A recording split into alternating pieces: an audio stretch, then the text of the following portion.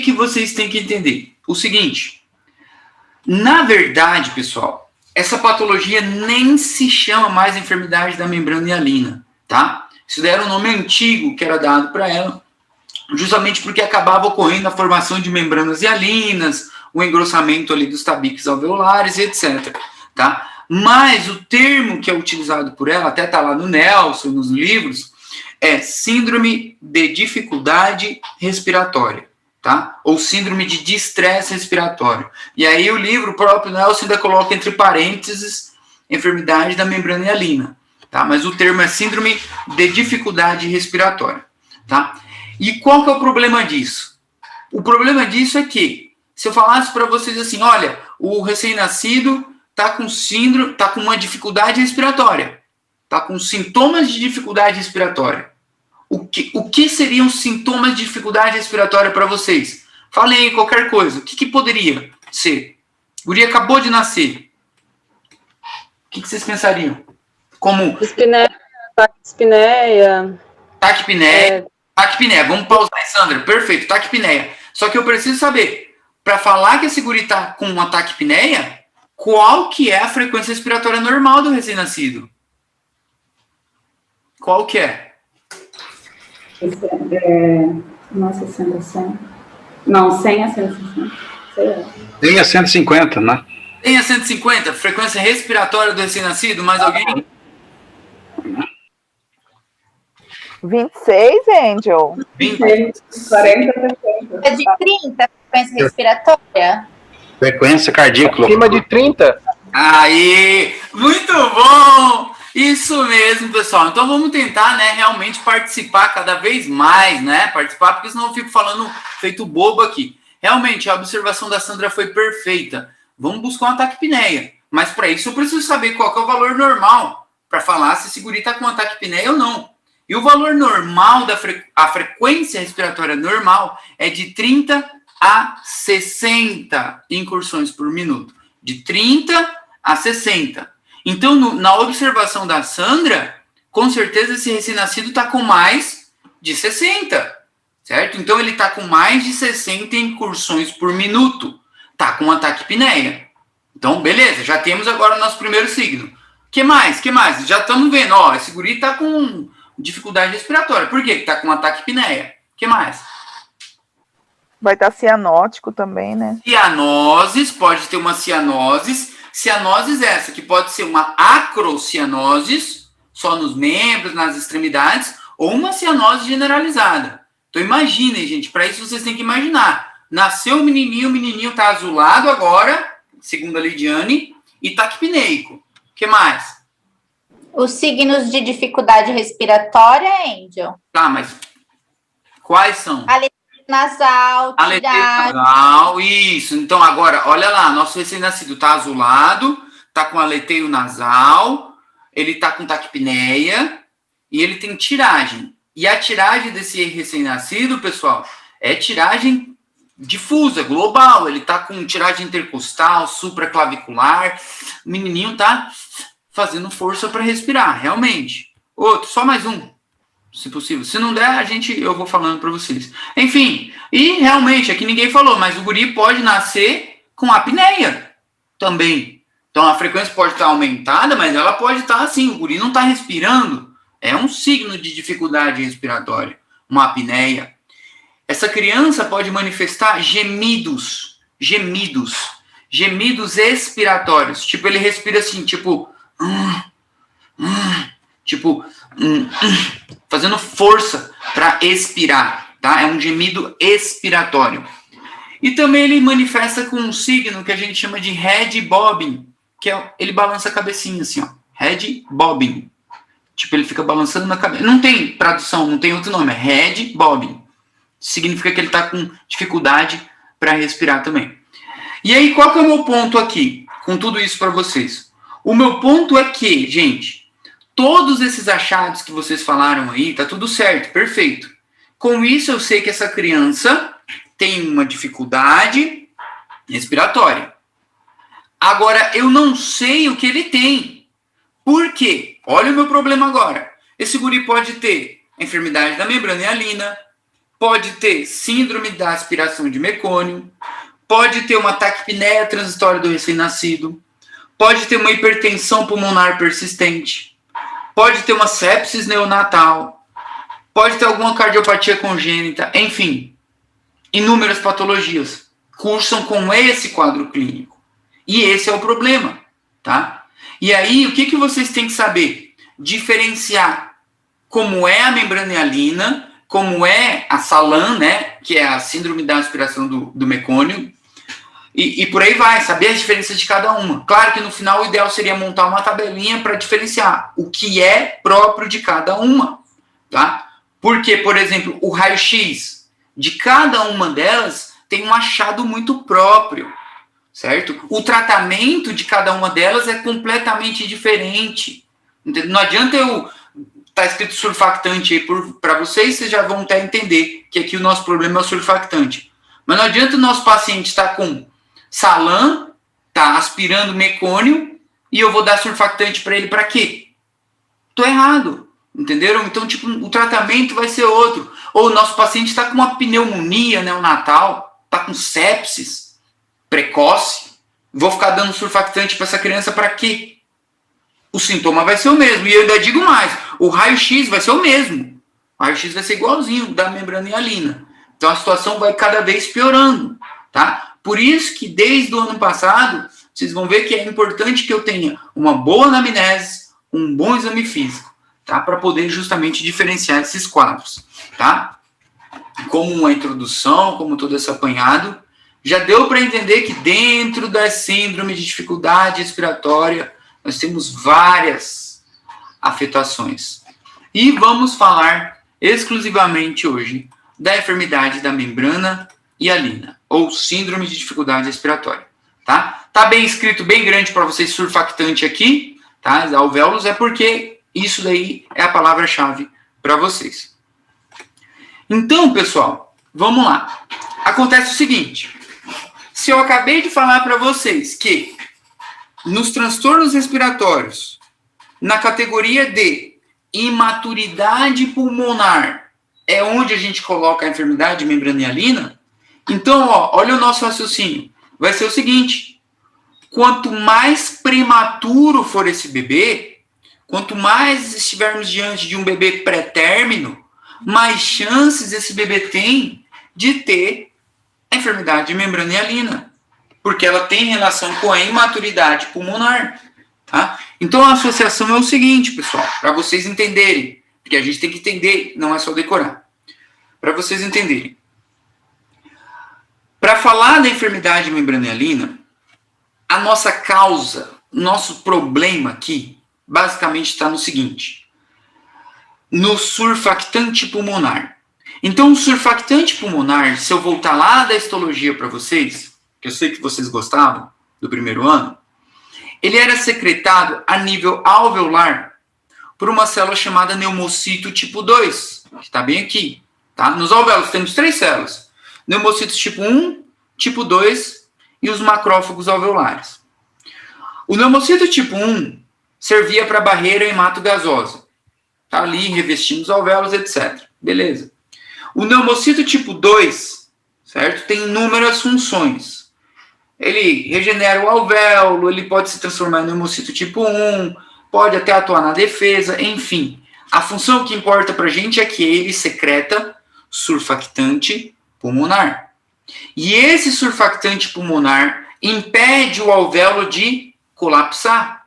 Então a função dele basicamente é essa, impedir o colapso alveolar. Se o alvéolo estiver colapsado, ele não se enche de ar, tá? E por que eu estou falando isso tudo para vocês? Entendam agora.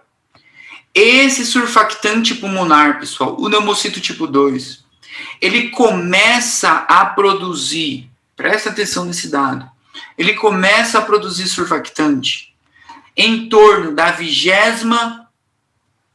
entre a 20ª e a 24ª semana de gestação, certo? Então, da 20ª à 24ª semana é quando eu começo a produzir esse surfactante, tá bom? Então, estou começando a produzir. E eu tenho um pico de produção desse surfactante a nível da 35ª semana de gestação. Anotem esse dado. Tá? Então, o surfactante começa a ser produzido da 20ª à 24ª semana. Beleza. Alcança o pico na 35ª semana. Tá? Alcança o pico dele. Tá bom? Então, por que eu estou falando isso para vocês? Agora a gente vai para a incidência. Por quê? Olha o que o Nelson traz. Que essa enfermidade da membrana hialina, quanto mais prematuro for o bebê, mais frequente ela vai ser. Certo? Se eu sei que o pico da produção de surfactante é a altura da 35ª semana, meu, o guri tá com 28 semanas, 27 semanas, 24 semanas, mal começou a produzir. Estão entendendo? Então, a chance é muito alta dele ter. Tá? Então, o próprio Nelson traz de 60% a 80% dos RNs pretermos com idade gestacional menos de 28 semanas. Tá? Então, a incidência é muito elevada. Tanto é que essa daqui é a principal causa de dificuldade respiratória em prematuros, inclusive. Porque não tem o surfactante ainda, tá? Da forma adequada. Aí, olha como já evolui. Ó. Se o meu pico é 35 semanas, ali em torno de 32 a 36 semanas de idade gestacional, certo? Já diminui a incidência para 15 a 30%. Estão entendendo? Já diminuiu bastante, certo? E agora o nosso recém-nascido, ele pode ser um pré-termo tardio, tá ali batendo na trave, estava quase para bater a idade de termo, de nascer no tempo certinho, mas ele nasceu um pouquinho antes, sabe? Muito difícil ele ter enfermidade da membrana hialina, muito difícil, mas pode ter, é raro. O Nelson traz como 5% ainda, 5% ele pode ter. Então o gurizinho nasceu ali com 37 semanas, acabou, tipo, tava quase batendo na trave, para ser um menino de termo. E aí, pode ter 5% de chance, tá? Mas um dos principais... Então, vamos pegar. O principal fator de risco para ter enfermidade membrana hialina? Prematuridade. Prematuridade. Quanto mais prematuro ele for, mais fácil é de ter. Fim. O pulmão não está formado ainda. Tá bom? Isso tem que ficar bem claro para vocês. E aí, estamos lá. Os riscos de desenvolver essa síndrome de dificuldade respiratória, pessoal. Partos por cesárea. Tá aqui. E aí, isso aqui fica muito explicado no que eu acabei de falar para vocês ali atrás. Certo? Por que o parto por cesárea é um fator de risco ou aumenta essa criança a desenvolver? Calma. Não é nem pelo mecanismo da cesárea. Já explico para vocês, segundo a vida prática. Por que, pessoal? Pensando assim, por que uma criança, por que a mãe tem que fazer uma cesárea? O que vocês acham? O que está acontecendo? Falem aí qualquer coisa. Por que cesárea? Falem aí, pô. Tem um monte de mãe aqui. E pai. Pode ser porque o bebê é muito grande. Tá, bebê é muito grande. O que mais? Não tem dilatação suficiente. Beleza. Bebê é muito grande, não tem dilatação suficiente e etc. Tudo bem, não tem problema. Depois, pessoal, a gente vai chegar a entender as indicações absolutas de uma cesárea e indicações relativas de cesárea. E a gente vai entender realmente que o Brasil, não sei se vocês já ouviram falar disso, é um dos países que mais tem número de cesáreas. Enfim, até mesmo que cultural já optar pela cesárea. Mas a minha situação de cesárea aqui com vocês, sabe qual que é? O bebê está sofrendo algum risco. Então eu opto pela cesárea porque alguma coisa não está certa. Então você já imagina, poxa, se eu vou para essa cesárea, esse bebê é um prematuro. Alguma coisa está errada. Partindo desse princípio.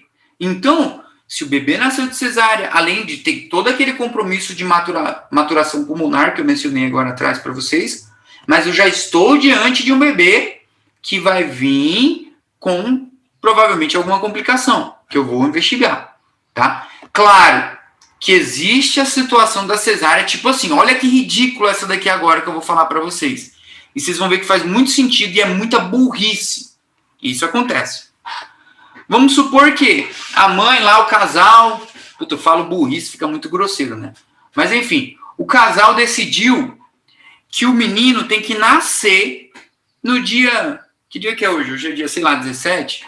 Hoje é dia 16. E esse casal decidiu que o menino tem que nascer dia 17 de abril. Por que dia 17 de abril? Ah, porque dia 17 de abril é o aniversário do pai também, e a gente queria dar de presente para o pai dele e o nascimento do filho. Isso acontece. Perfeito. Vamos, tá bom, se a senhora quer, vamos lá, vamos fazer esse parto. E aí você analisa, você estuda, você bate em cima, você calcula, e o menininho tá lá, batendo na trave. Tá quase no tempo mesmo, dá para antecipar um pouquinho o parto. Só que tá aí. Ele pode ter uma enfermidade membranialina. Não estava pronto ainda. Ele não queria nascer ainda. Ele nasceu e o pulmãozinho não estava pronto, não estava formado da forma adequada, por um capricho dos pais. Então isso pode acontecer, antecipar o parto por capricho dos pais. Isso podia só esperar um pouquinho mais, mas não, tem que nascer nesse dia, porque vai nascer no signo tal, com ascendência no apocalipse do, sei lá, Naracô, Peguaré, então a gente tem que fazer nascer. Isso acontece. Mas agora vocês já sabem que é bom evitar, tá? Asfixia perinatal, nem preciso comentar, já falei aquele dia. Estresse por frio. O estresse por frio, pessoal, a hipotermia retarda, inibe a secreção do surfactante, né? Então, como a gente viu, inclusive na aula de asfixia perinatal, que o frio atuava até protegendo o bebê, na verdade era diminuindo todo aquele metabolismo, etc. Então, aqui o frio também inibe o surfactante pulmonar, certo? Diabetes mellitus. De novo a diabetes, como sempre, né? Então, a diabetes da mãe faz com que o bebê secrete muita insulina. E isso também acaba influenciando no surfactante pulmonar, acaba inibindo também ele, certo? Então, são vários fatores. Qual que é o principal fator que vocês têm que levar em consideração? Pré-maturidade. Pré-maturidade. Não se esqueçam disso. Tá? Então, aqui, ó, essa daqui é a tabela que tem no manual, né, roxinho. Fator que diminui a incidência de síndrome de dificuldade respiratória. Ou seja, o que melhora? Tipo, falei tudo até agora que só piora, que é fator de risco, etc, etc. Mas tem algumas condutas ou tem algumas situações que até meio que ajudam. Vou falar as principais para vocês. Por exemplo, olha como que a natureza é. A restrição de crescimento intrauterino. Aí você pensa assim, poxa, mas restrição de crescimento intrauterino, o bebê parou de crescer e isso é bom? Como assim isso é bom? Não, realmente não é bom. Só que o próprio organismo da criança percebe assim, não tá dando certo isso aqui, tá acontecendo alguma coisa errada. Eu preciso formar o que é essencial, porque eu vou ter que nascer. Daqui a pouco vão me tirar daqui. Então eu preciso começar a formar o que é essencial. Então esse surfactante começa a ser secretado mais, com uma maior rapidez, com uma maior, como que eu posso falar? Maturação. Então ele começa a madurar mais rápido, certo? A situação da mãe ter um quadro chamado de pré-eclâmpsia, tá? Que é relacionado com a hipertensão materna, que é um quadro de gravidade. Essa mãe pode convulsionar daqui a pouco, evoluir para uma eclâmpsia e tal. Então, isso também, o bebê já vai ficando esperto, lá desde do útero. Fala assim, não, pera lá, cara, minha mãe não tá bem. Então, deixa eu me preparar aqui. Então, vou acelerando a maturação desse pulmão, por exemplo. E um principal que a gente vai entender mais tarde, os corticoides. Os corticoides. Então, o uso de corticoide, né, a nível de pré-natal, ou antes um pouco do parto, também auxilia muito na maturação pulmonar. Tá? O corticoide, se vocês lembrarem, olha como faz todo sentido, de novo, com o parto normal.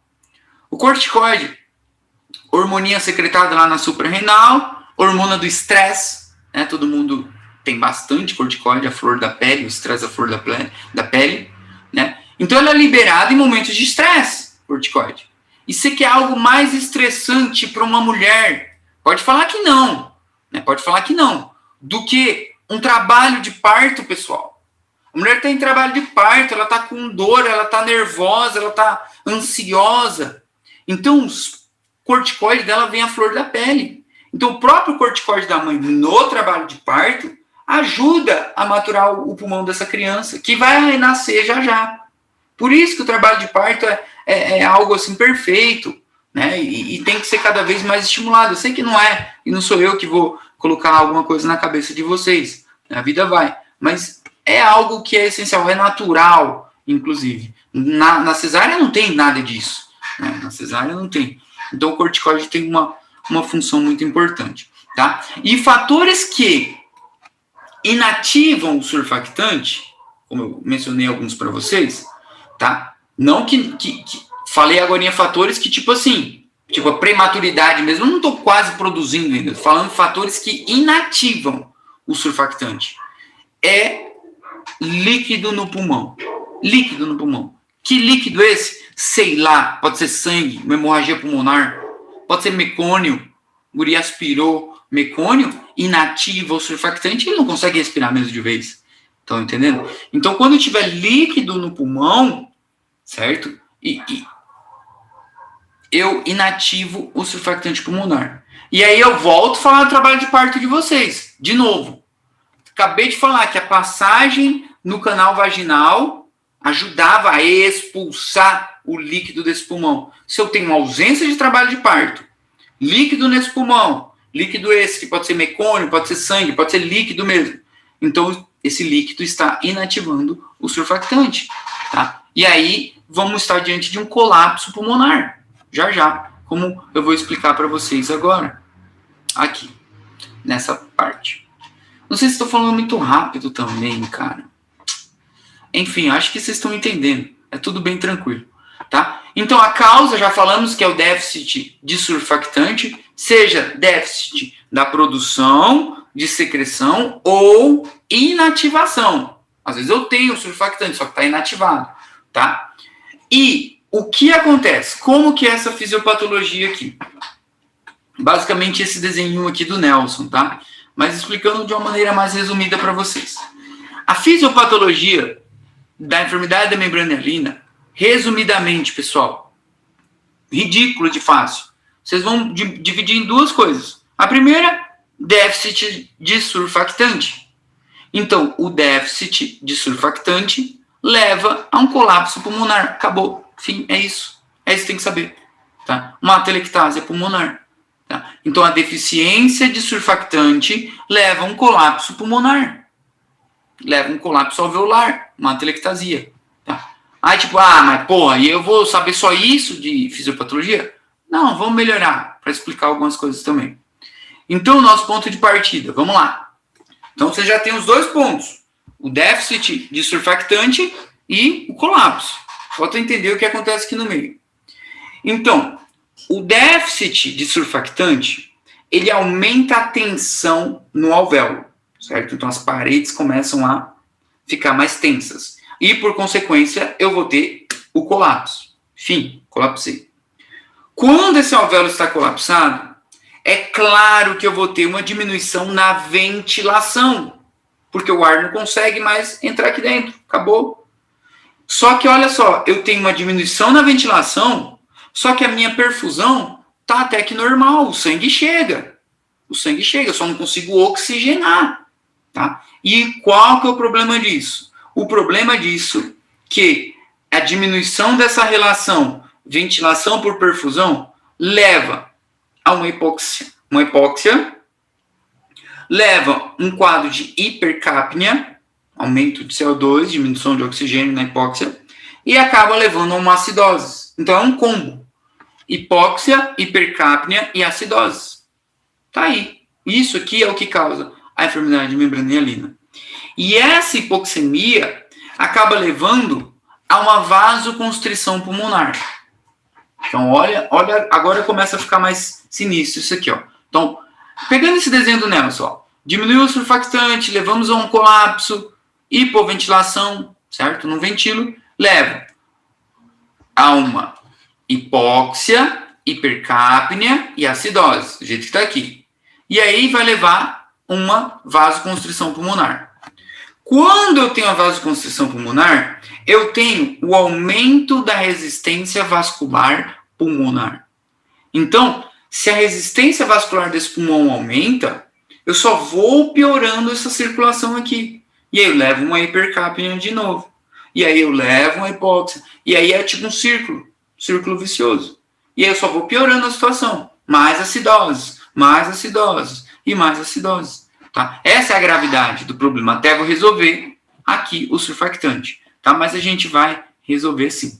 Não se preocupa. Mas esse desenho explica. Não vão cobrar isso de vocês, não.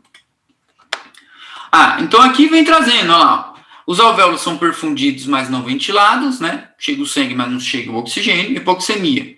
Hipercapnia, o aumento de CO2, tá? Então eu faço o combo de hipercapnia com hipoxemia e acidoses, acabo vasoconstrição pulmonar, faço um shunt arteriovenoso. Ou seja, na verdade isso aqui acaba querendo voltar para a circulação do bebezinho, que era a circulação fetal. Então ele quer continuar, porque o pulmão está cheio de líquido, está ali muito tenso. Para onde que esse bebê tenta, como que eu posso falar para vocês? Se adaptar, voltar para a circulação fetal dele. Tá? Então ele isola o pulmão e quer ficar ali só com circulação e circulação sistêmica, coração sistêmico. Isso não está certo, tá? Inclusive. Tá? E aí o que inativa o surfactante também. Essa tabelinha aqui é muito boa, pessoal. Tá em inglês, mas vale a pena vocês destacarem isso aqui, ó. Isso aqui, ó. 24ª semana começa a produção de surfactante. 35ª, eu tenho o pico de surfactante. Daqui em diante, impossível, não falo impossível, mas bem improvável que essa criança de termo, sem fator de risco nenhum, tenha enfermidade de membrana hialina. Tá. Quadro clínico. Aqui nós temos o boletim de Silverman-Andersen. Tá? Eu devia ter falado isso no começo da aula, mas casa com o que vocês falaram no começo da aula. Por quê? O boletim de Silverman-Andersen, ele funciona da seguinte maneira. Nosso bebezinho nasceu, e aí ele avalia os signos de dificuldade respiratória. Aqueles que vocês falaram no começo da aula mesmo, certo? Então eu vou pontuando em cima desses parâmetros aqui, certo? E o que isso nos indica? Se o teu recém-nascido tiver uma pontuação menor a 5, ele tem uma dificuldade respiratória leve, tá? Menor a 5. E provavelmente autolimitada e já ele volta, tá? E isso aqui são os parâmetros que a gente avalia. Por exemplo, um gemido expiratório, aquele que eu falei para vocês, o bebezinho expira tipo assim, tipo expirando para forte, por exemplo. Tá? O aleteio nasal, que a Carla falou, tá? Ele pode ter um aleteio nasal. Retração, isso aqui é tiragem também intercostal. E o sincronismo, a respiração do bebê é abdominal, por exemplo. Tá? Então tá ali, não soma nada, tá ali de boa. Tá? Ele pode aparecer, então tá meio que leve. Tá? Agora, vamos lá, gemidos expiratórios, sabe? Então a gente vai acrescentando essas categorias. Tá? Se ele não tiver nada disso aqui, se tiver tudo sincrônico, tudo certinho, pontua 0. Agora, se ele começar o quê? Tem gemido respiratório? Tem, com o esteto. Sem o esteto, esse falando para vocês, pontua 2.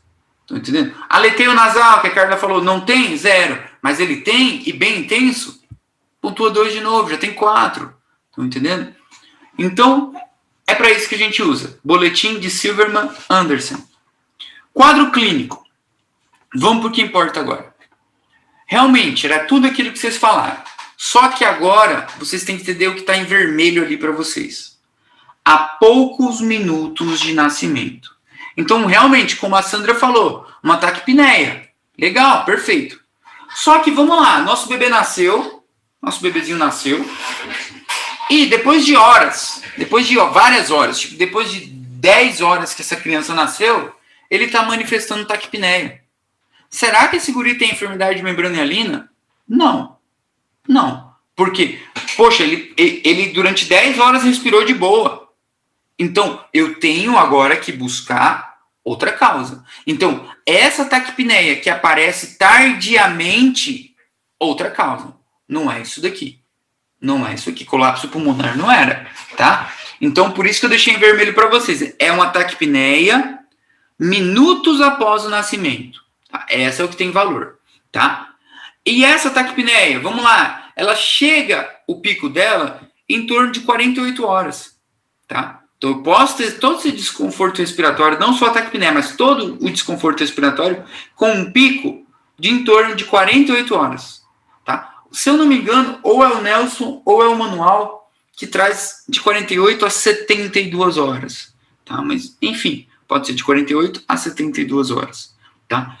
Mas o que vocês têm que saber é isso daqui, ó, que ela melhora depois de 72 horas, tá? Então, ela tem uma tendência a melhorar depois de 72 horas. Tanto é que você pode pensar assim, tipo, o guri, se eu aprendi que a causa é déficit de surfactante, é fácil tratar, é só dar surfactante para ele, que aí o menino vai ficar super bem. Calma, não é assim.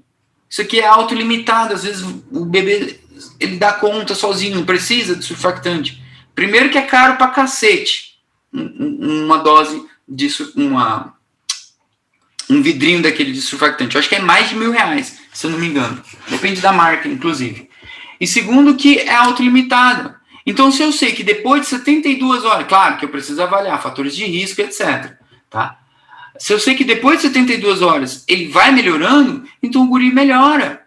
Tá? Ele vai melhorar. Por que ele melhora? Vamos lá. Ele melhora porque, querendo ou não, ele está produzindo o seu surfactante endógeno. Ele só precisa madurar esse pulmão. É porque ele nasceu antes do tempo. Mas ainda, se eu mantenho, se eu controlo esse bebê, ele continua madurando todo o seu organismo. Só que agora, fora do útero. Tá? Então, eu preciso dar um tempinho para ele. Tá? E a diurese dessa criança. Essa criança está urinando, está perdendo líquido. Então, lembra, eu preciso tirar o líquido desse pulmão para melhorar, para não inibir o surfactante. Então, é esperado que ele melhore mesmo em 72 horas, pela própria produção do surfactante do bebê, endógeno, e pela diurese dessa criança. Está perdendo líquido também, tá? E aí, o que acontece? Uma outra situação, que eu acabei de lembrar, mas isso eu acho que está escrito aqui. Tá aqui, ó. Alcança o máximo de 3 dias. Se observa a melhoria gradual. Tá aí, ó. Em recuperação pela diurese. Tá explicado aí. Não estava vendo porque a câmera de vocês estava bem em cima. Uma situação. Então, agora prestem atenção nessa situação. O nosso bebê nasceu com essas dificuldades respiratórias, tá? Que eu falei para vocês que no começo da aula poderia ser um monte de coisa, tá? Poderia ser um monte de coisa. E aí, eu pedi um raio-x da criança para ver como que ia sair. E saiu um raio-x que eu também falei no começo da aula, que era igualzinho da pneumonia. Ou de uma sepsis de início precoce, que seja, tá? E aí, eu tô em dúvida. Meu Deus. E essa criança, será que o problema dela é deficiência de surfactante? Ou ela tá com alguma infecção? O que eu faço? O que eu faço? Eu trato tudo. Eu trato a infecção, eu dou antibiótico para a criança e eu faço esse tratamento aí de mantenimento dele, de expectativa ou expectante da criança a nível de surfactante. E dependendo, eu vou aplicar o surfactante exógeno também, tá? Mas o que eu queria passar para vocês é que, tipo assim, trata tudo, tá? Porque é melhor prevenir do que remediar, né? Se não for uma sepsis, se realmente a criança não tinha sepsis neonatal, não tinha essa pneumonia, beleza, tá bom. Então, o surfactante aqui resolveu, era a membranialina. Se ela realmente tinha e não era membranialina, tá bom, também já tratei. Então, não só esperar que a criança vai melhorar. Tá? Então, isso é importante, quando os quadros se confundem. Tá? Trata tudo, tá bom? E o quadro clínico é isso. E aí o diagnóstico, tá? Diagnóstico, pessoal, uma boa anamnese, um pré-natal, um exame físico, já o que a gente já espera encontrar, criança prematura, tudo isso que eu já falei para vocês, fatores de risco, inclusive. E aí a gente vai lá para os exames complementares. Exame complementar é um raio-x de tórax, tá? Porque quando vocês fizerem a tabelinha de vocês, todas essas patologias têm um raio-x específico, tá? O raio-x de tórax aqui, a gente vai encontrar broncogramas aéreos, como vocês estão vendo aqui, broncogramas aéreos, tá? E um infiltrado em vidro moído, Tipo, se vocês olharem com carinho esse pulmão, parece que, tipo, tá um vidro tudo quebradinho dentro dele. Ou vidro... Não sei como que é em espanhol isso, meu Deus. Acho que é vidro esmerilhado. Vidro esmerilhado deve ser em espanhol. Eu não lembro se esmerilhado é fosco ou é moído. Enfim, deve ser vidro esmerilhado de anatopato, né? Vidro despolido, também pode ser. Vidro despolido.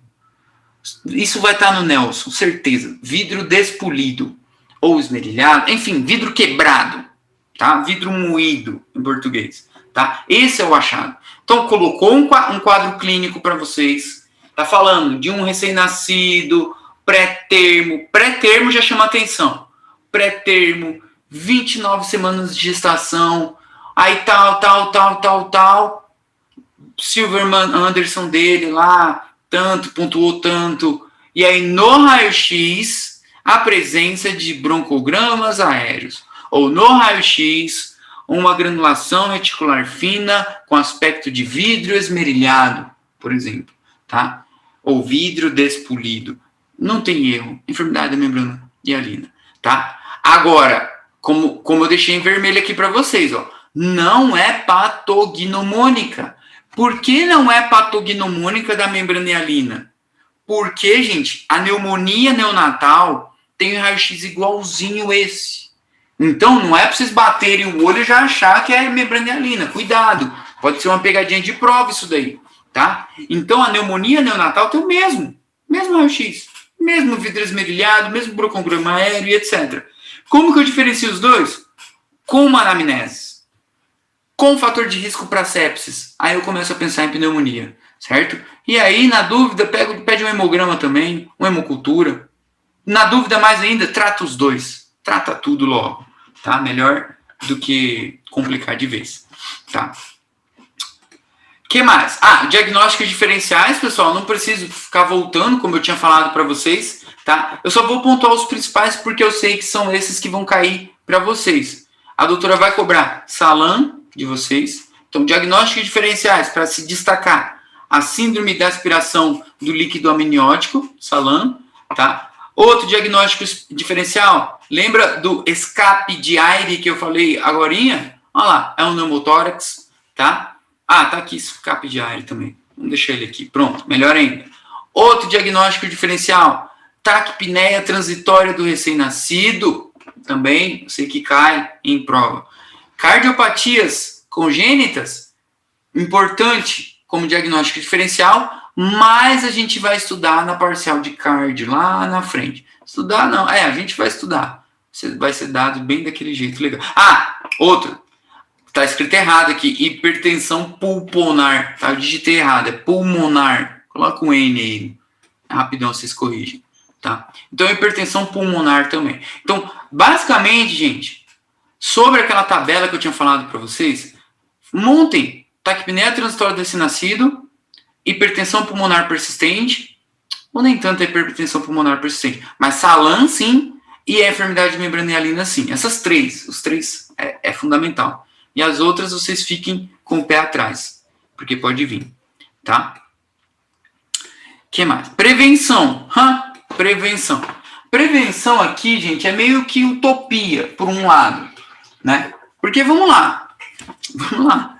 Tipo, falei para vocês agorinha que a principal causa da enfermidade de membrana hialina, em se tratando de causa, é o surfactante, beleza. Mas um dos principais fatores de risco era prematuridade, né? Então, a prevenção basicamente seria isso, evitar a prematuridade.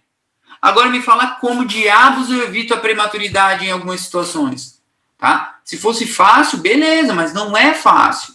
Tem situação que não vai ter jeito, a criança vai ter que nascer prematura, vai ter que nascer antes do tempo, tá? Claro, tem aquela situação dos pais que querem antecipar o parto para não coincidir com o astro, não sei o que lá, transcender, sei lá mais o que. Pô, é prevenível isso daí. Dava para esperar um pouquinho mais, mas enfim, é a opção deles, eu tenho que respeitar, tá? Enfim, a prevenção fundamental seria essa, evitar a prematuridade.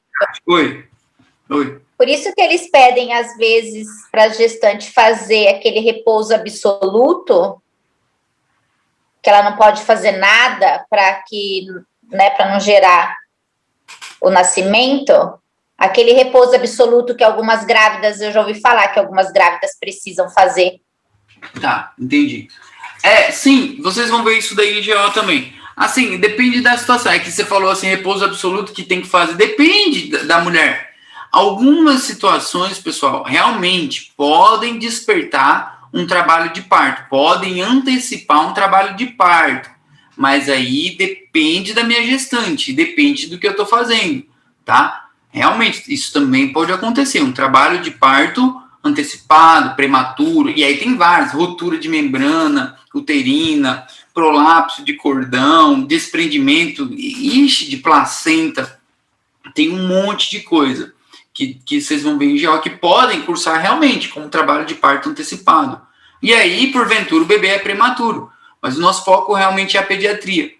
E então, justamente, o primeiro fator de prevenção seria esse, evitar a prematuridade. Não tem como, até a Carla acabou de falar, tem várias situações, tá? Na medida do possível a gente evita, um bom pré-natal e etc. E uma outra forma de prevenção, pessoal, que tá em vermelho bem grande aí para vocês, porque isso aí vai cair, certeza que isso daí cai em prova, certeza absoluta que isso daí vai cair para vocês, tá? É o uso de corticoides, tá? Então, eu posso usar corticoides nessa mãe, como eu falei lá atrás, porque eles ajudam a madurar, certo? Então, o uso de corticoides ajuda. Então, vamos supor, né, a Carla está mencionando, estamos diante de uma gestante, um embaraço de risco, sabe? A qualquer momento essa criança pode nascer, já recomendamos repouso absoluto. O que eu faço? Pensando na criança, pensando na mãe, então os médicos atuam juntos, né? Na forma, pensando na criança, corticoide nela. Precisamos aí 48 horas antes aí do trabalho de parto, pelo menos, já iniciar o corticoide nela. Porque ajuda a madurar o pulmão. Então é uma forma de prevenir a membrana hialina. E qual corticoide? Tem esses dois que o manual traz. Mas, gente, o padrão, o mais importante é esse aqui, betametasona intramuscular, tá? Então é esse daí o que eles usam. Betametasona intramuscular, pelo menos 48 horas antes do trabalho de parto, com a finalidade de melhorar ou de madurar a formação pulmonar, né? De estimular a produção desse surfactante pulmonar. Então isso daqui ajuda bastante no tratamento, tá? Que ele pode ser feito o quê? A dose total é de 24 miligramas. 24 miligramas. Então a gente divide em duas doses, ou a gente divide em duas vezes, certo? Então, 24 miligramas é a dose total. Então, são duas doses de 12 miligramas, tá? Intramuscular de betametasona. Oi, pode falar. Essa betametasona é a mesma Dexa? Não é a mesma, por isso mesmo. Não é a mesma. A dose de dexametasona, vamos lá, 24 doses no total também. Só que agora a gente fraciona em 4 doses de 6 miligramas. Tá? É diferente. Então, o pessoal até tem uma preferência pela betametasona, porque são só 2 doses de 12, para totalizar 24. É mais rápido, mais prático, certo? Do que ficar dando 4 doses, certo? Então, eu vejo que eles comentam mais, o próprio Nelson fala basicamente da betametasona, lógico, certo? Então, foquem nela, que é mais importante. O que a querida Zumíria vai fazer com vocês em prova? Como a Uninorte sempre fez. Em vez de perguntarem decentemente para que serve, como que funciona, o que acontece, tal, ela vai fazer isso aqui, pessoal. Esse 4 vai vir para cá, esse 12 vai vir para cá, sabe? Esse betametasona vai vir para cá, sabe? Ela vai trocar um pelo outro aqui, ó, um pelo outro, sabe? Para trocar toda a alternativa. Só isso que ela vai fazer. Mas ela vai fazer isso, tá? Com vocês, tá? Então prestem atenção. 2 de 12 totalizando 24, betametasona. 4 de 6 totalizando 24, dexametasona, tá? Importantíssimo isso na prevenção da enfermidade de membrana hialina, porque ajuda a madurar o pulmão, tá? Ela vai fazer isso, certeza, tá? Então, ó, ainda fala, ó, corticoides no embaraço, menor a 34 semanas. Ó, menor a 34 semanas. Nosso pico do surfactante era 35. Diminui o quê? A mortalidade, certo? Diminui lá o tratamento CPAP, lá, ou ventilação mecânica, ou a situação de ter que entubar a criança e etc. Estou tirando tudo isso do jogo, certo?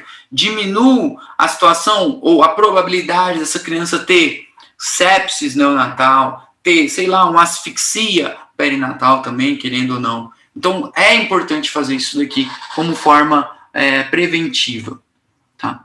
E o tratamento em si, agora, porque o corticoide aí tá vendo como uma prevenção, tá? O tratamento em si, pessoal, é o seguinte, a gente pode pensar já de cara, é surfactante. Calma. O tratamento a gente divide aí em 3 partes. Em um tratamento de suporte, tá? Que é o que está escrito aí, inclusive para vocês. Então, vamos lá, fazer o suporte adequado para essa criança, manter ela numa temperatura adequada, tudo aquilo que vocês já viram, sabe? O controle dos signos vitais, o acompanhamento dessa criança, etc. Tá? Importante destacar isso daqui, ó. Cadê isso aqui, ó? Hidratação. Isso é muito importante. Por quê, pessoal? Olha só. Hidratação. E olha aqui de novo, ó. Añadir electrolitos. Beleza. Por que vocês acham que essa hidratação aqui é importante? Falem aí qualquer coisa. Vamos ver se vocês conseguem raciocinar junto comigo. Estou falando de um tratamento, de um suporte do RN, como enfermidade de membrana hialina. O que essa hidratação aí tem de importante aí para vocês? Falem qualquer coisa, gente. Tem 28 pessoas aqui. Porque vai ter que suspender a alimentação, né, do recém-nascido por algumas horas, né? Por um tempo, né? Alguém, além da Lidiane, alguma opinião? Nociva porque pode ocorrer um edema de pulmão, né? Nociva porque pode ocorrer um edema de pulmão. Muito bem, tá no caminho. É isso, é quase isso, basicamente. Nociva, pessoal, por quê? Voltando lá desde o começo da aula, falamos que lá no começo o pulmão estava cheio de líquido. O objetivo desse pulmão é colocar o líquido para fora. Adiantamos um pouco mais a aula, falamos que um principal fator de inativação do surfactante era presença de líquidos, certo? Então, muito líquido inativa o surfactante. Então, por que eu estou falando para vocês isso?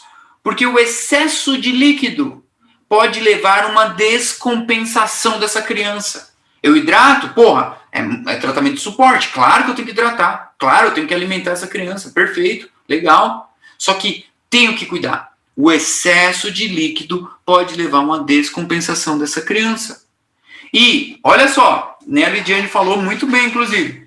Se o pulmão está cheio de líquido, a circulação do bebê pensa assim, calma aí, vamos voltar para a nossa circulação fetal, então. Não consigo ir para o pulmão, está tudo errado, está tudo cheio de líquido lá. Então, isso leva a uma persistência do conduto arterioso, do canal arterial, lá no coração.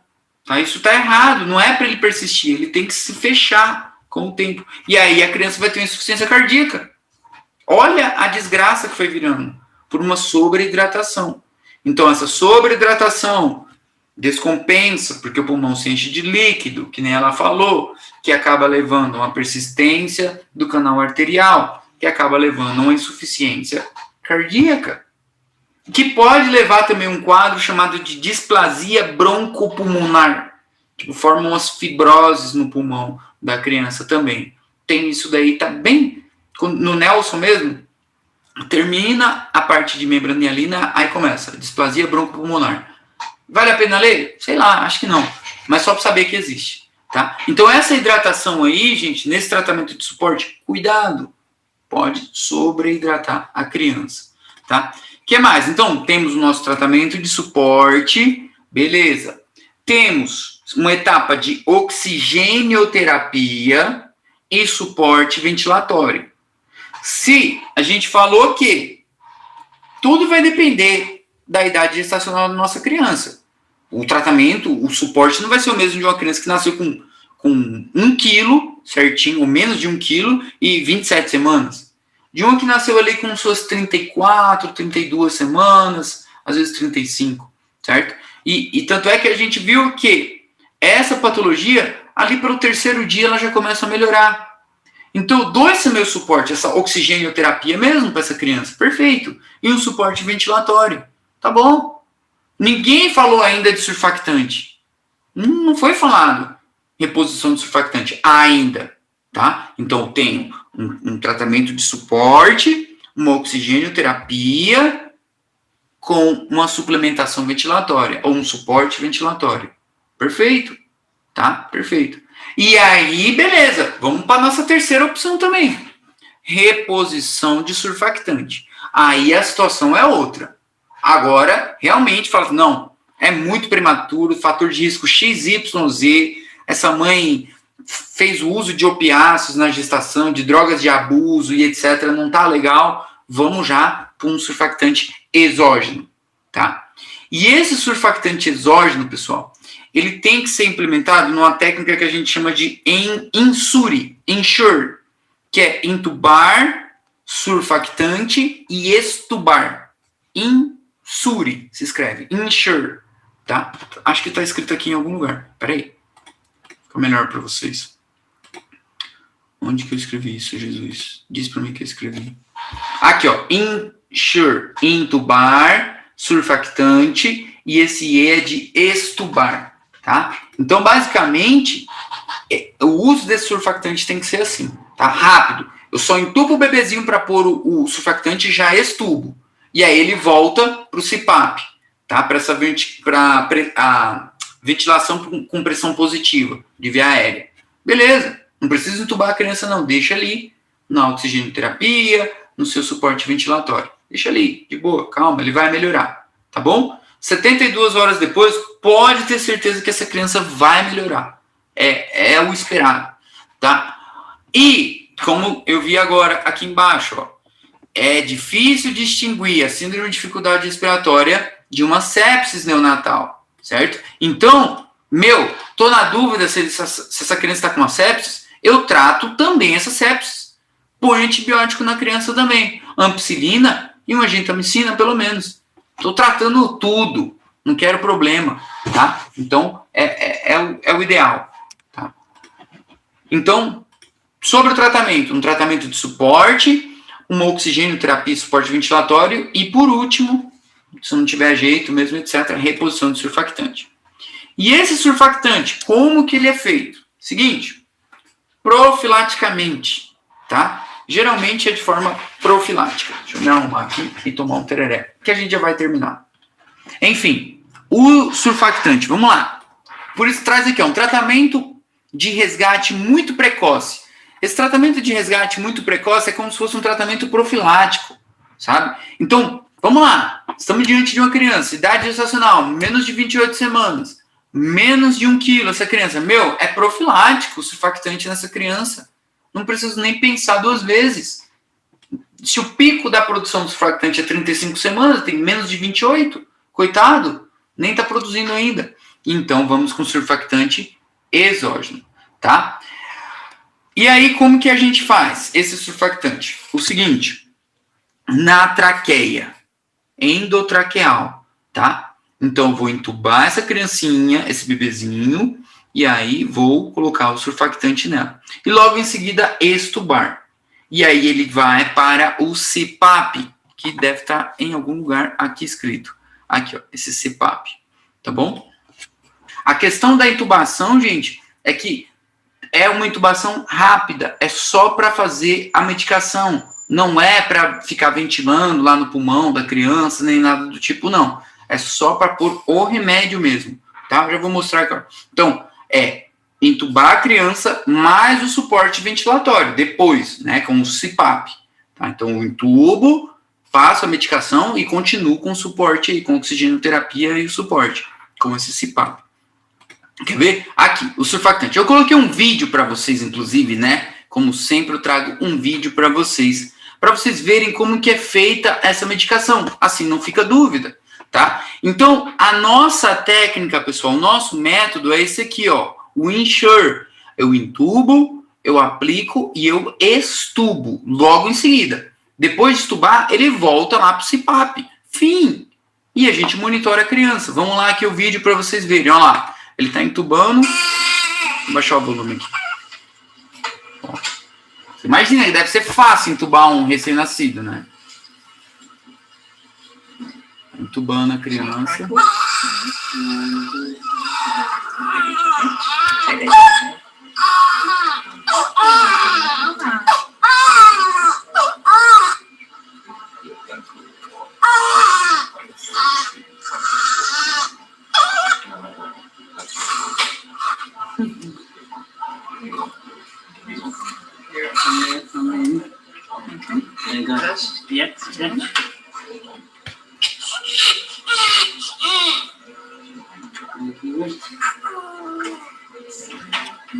Yeah, no, just breathing. And try and time it in with the breathing. So try and like pulse it as he breathes in. Olha lá, tá, já tá colocando a medicação dele. Maybe some bubble out. E que aqui não aparece, mas a mão dele tá aqui segurando uma seringa. No.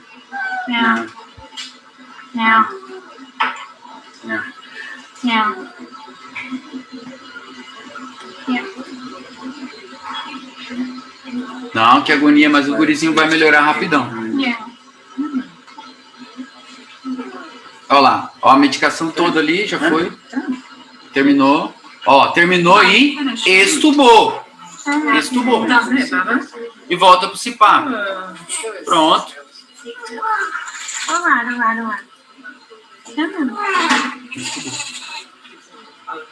Tá aí.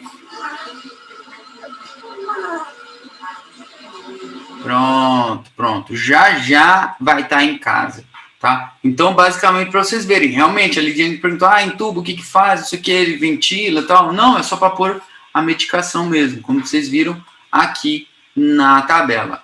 Ou na tabela não, nesse videozinho, tá? Então, é importante, né, esse surfactante auxiliado com o suporte ventilatório e o seu tratamento de suporte normal, tá? A dose, como eles falam, seguinte, depende do surfactante, tem vários. O que o manual traz de vocês é o da marca Survanta. Se vocês quiserem escrever no Google, vão ter várias marcas, tá? E aí, essa dose é o seguinte, 4 ml por quilo peso do recém-nascido. Então, a gente calcula de acordo com o peso do recém-nascido. Via endotraqueal, como vocês acabaram de ver, certo? E eu divido em 2 a 4 quotas, como se fossem parcelas, tá? Então, vou fazer a dose total é X, dividido nessas parcelas, tá bom? Não tem problema nenhum, tá? Importante o seguinte, geralmente a gente vai dar em 1 a 2 doses completas nessa criança. Às vezes só com uma ela já surte efeito, tá? Mas eles não dão mais que 4 doses, tá? Não aplicam mais que 4 vezes esse procedimento, tá? Geralmente até na primeira vez a criança já melhora. O intervalo entre as doses depende da medicação, tá? Pro Survanta traz 6 horas, tá? O Nelson traz de 6 a 12 horas, tá? Como se fosse um apanhado geral, tá? Então, dei a primeira dose agora, como vocês viram nesse vídeo. E aí a gente monitora o bebê, faz todo esse suporte dele com CPAP, etc. Controla a diureses, é muito importante a diureses. E aí, não melhorou. Poxa, daqui 6 horas a gente tenta dar outra para ele. Aí melhorou de vez, já era. Fica só no CPAP, tá? Segundo esse Survanta, o Nelson traz de 6 a 12 horas para dar a segunda dose. Então a gente espera um pouco mais e dá de novo. Então depende de cada fármaco, tá? Então se ele não requerir outra dose de surfactante, pessoal, pronto, deixa ele no CPAP nasal, cafeína, enfim, a gente estimula essa criança, o centro respiratório dele também, a dilatação, a diurese dessa criança, e ela volta já a ficar bem. Ela vai madurando, na verdade, né, fora do útero. O vídeo. E o que é isso? Complicações. Complicações. Complicações do uso surfactante. Eu acho que agora a gente termina. Esse aqui é o último. Posso causar um pneumotórax nesse recém-nascido, que é justamente o que vocês estão vendo aqui. Tá? Eu sei que está chamando a atenção de vocês. Eu sei que isso aqui está chamando a atenção de vocês. Mas eu queria que vocês vissem com mais carinho. Porque radiologia é um pouco mais chato de entender. E só vou mostrar para vocês bem aqui onde está o pulmão. E depois vocês vão ver com carinho. Tá? Eu vou apontar onde está o pulmão para vocês. Agora que eu estou apontando, dá para ver bonitinho. O pulmão dessa criança está colapsado. E eu estou apontando a borda dele ali. O restante aqui escuro por fora é ar, tá? É um pneumotórax. Então o pulmão dela tá aqui, ó. É isso aqui, ó. Estão vendo? Agora dá para ver melhor, né? E aqui fora é o pneumotórax, tá? Pulmãozinho. Quer ver agora sim a legenda? Ó, como ficou evidente. Um pneumotórax. Hemorragia pulmonar não é frequente, mas numa criança muito prematura pode acontecer, tá? Pode acontecer também. E, deixa eu ver se tem mais alguma coisa. Não, graças a Deus. Então é isso, pessoal. Sextou com a enfermidade de membrana hialina.